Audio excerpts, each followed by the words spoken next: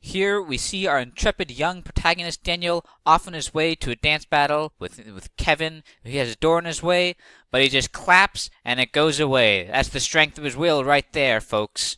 And here he's going to the dance battle. There's a group of dancers in the corner just sort of doing their own thing, and that's all right. And the dance battle begins. Look at those legs twirls in the air. Pretty amazing, isn't it? Requires a lot of upper body strength to do that. I couldn't do that. It's pretty neat.